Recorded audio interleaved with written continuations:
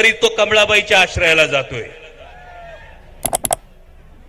आणि मध्यंतरी गेल्या काही वर्षांमध्ये तर दोन मोठ्या घडामोडी झाल्या।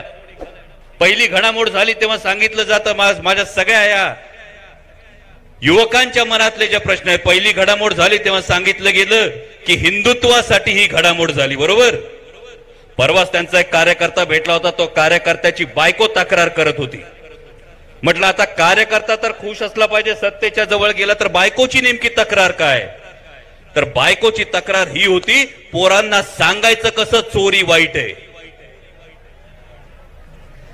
पोरांना सांगायचं कसं चोरी वाईट आहे। इथं पक्ष चोरायला लागले, इथं चिन्ह चोरायला लागले आणि आमचे हे जर त्यांच्या पंक्तीला जाऊन बसले तर आम्ही पोरांना कसं सांगू चोरी वाईट आहे। नंतर दुसरी घडामोड घडली, त्या दुसऱ्या घडामोडीमध्ये विकासासाठी ही घडामोड झाली। ऐकली विकासासाठी घडामोड? जेव्हा विकासासाठी घडामोड झाली तेव्हा महाराष्ट्रातल्या युवकाचा हा प्रश्न पण निर्माण झाला की जेव्हा कांद्यावर आधी 40% निर्यात शुल्क लादलं गेलं, त्यानंतर आता कांद्याची निर्यात बंदी झाली। ही जर निर्यात बंदीचा जर विचार केला तर कांद्याचे भाव 15 रुपयांनी पडलेत। किती रुपयांनी? 15 रुपयांनी। एकट्या पुणे जिल्ह्यातला कांदा बघितला तर 3 लाख टन कांदा आहे।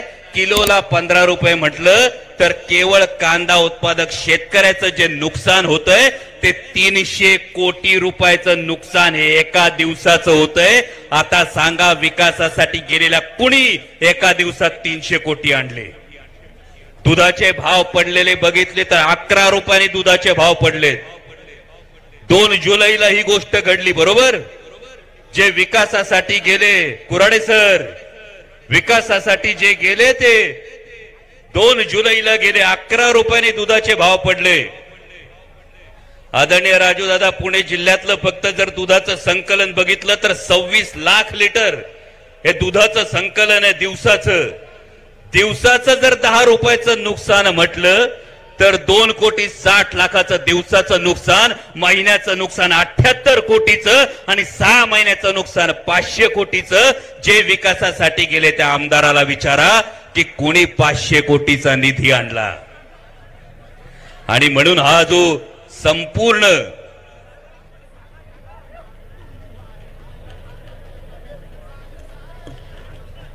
हा जो संपूर्ण प्रवास जो विकासासाठी सांगितला जातो त्याची खरी परिस्थिती आता आमच्या भागात बैलगाडा मोठ्या प्रमाणावर आहे।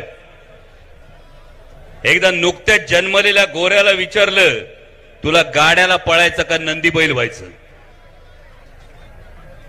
म्हणजे आपण तुम्ही आम्ही शेताला नांगराला झोपलेले बैल, पण त्या गोऱ्याला विचारलं गाड्याला झोपायचं का नंदी बैल व्हायचं? गोरा म्हटला गाड्याला पडलेलं चांगलं। म्हटलं अरे गाड्याला पडलं तर पळावं लागतंय, ऊर फाटस्तवर धावावं लागतंय। गोरा म्हटला जर गाड्याला पळालो तर स्वकर्तृत्वावर पळता येतं, जर नंदी बैल झालो तर फक्त गुबू गुबू झालं की मान डोलवावी लागते। आणि आज ती महाराष्ट्राची परिस्थिती आहे। महाराष्ट्राच्या शेतकऱ्यांची वाईट अवस्था आहे, पीक विम्याची वाईट अवस्था आहे, शेतमालाला भाव नाहीत, अवर्षणाच्या अवकाळीची अवस्था आहे। पण दिल्लीतून गुबुगुबू वाजलं, अमुक अमुक यांना पंतप्रधान करायचंय का नंदी बैल माना डोलवतात। युवकांना रोजगार नाही, युवकांच्या रोजगाराला तोंडाला पानं पुसली गेली, पण दिल्लीवरून गुबुगुबू वाजलं का नंदी बैलासारखी मान डोलवावी लागते। आणि म्हणून हा प्रश्न महाराष्ट्रातल्या शेतकऱ्यांना पडलाय, माता भगिनींना पडलाय, युवकांना पडलाय की प्रत्येक वेळी गुबुगुबू वाजलं का तुम्ही म्हणतात त्यांना पंतप्रधान करायचंय। मग महाराष्ट्राला हा प्रश्न पडला की महाराष्ट्राचं हित हे पायदळी तुडवलं गेलं तरी तुम्हाला त्यांना पंतप्रधान करायचंय। आणि म्हणून महाराष्ट्रामुळे ही परंपरा होती, जेव्हा छत्रपती शिवाजी महाराज दिल्लीच्या तख्तासमोर उभे राहिले तेव्हा छत्रपती शिवाजी महाराजांनी जे उदाहरण घालून दिलं ते उदाहरण असं होतं, जर लाचारीनं मान झुकवली तळवे चाटण्याच्या उद्दिष्टानं तर नजरेला नजर भिडवून कधीच आपला हक्क मागता येत नाही। आणि हा हक्क मागण्याचं काम युवा संघर्ष यात्रेच्या माध्यमातून रोहितदादा करतात, यासाठी त्यांचं मनापासून अभिनंदन करतो। आणि जाता जाता नागपूरच्या भूमीत बोलतोय, नागपूरच्या भूमीत बोलत असताना कविवर सूरज भटांच्या शेवटच्या पंक्ती सांगतो, कविवर्य सुरेश भटांची कविता आहे, लाभले आम्हास भाग्य बोलतो मराठी. त्या कवितेचं शेवट अशी आहे, कारण महाराष्ट्रातल्या युवकांच्या हक्काचे रोजगार पळवले जातात, पण महाराष्ट्राचं सरकार काही बोलत नाही. अभिमानानं जयंत पाटील साहेब म्हणतात की ट्रिपल इंजिनचं सरकार आहे, पण राऊत साहेब परवा एकाने मला सांगितलं हे ट्रिपल इंजिनचं नाही, हे एक फुल दोन हाफचं सरकार आहे. म्हणजे एक जण तिथं धोकेबाजीनी एक आहे, अर्धा हा बळजबरीने आणि अर्धा हा नाईलाजानी आहे.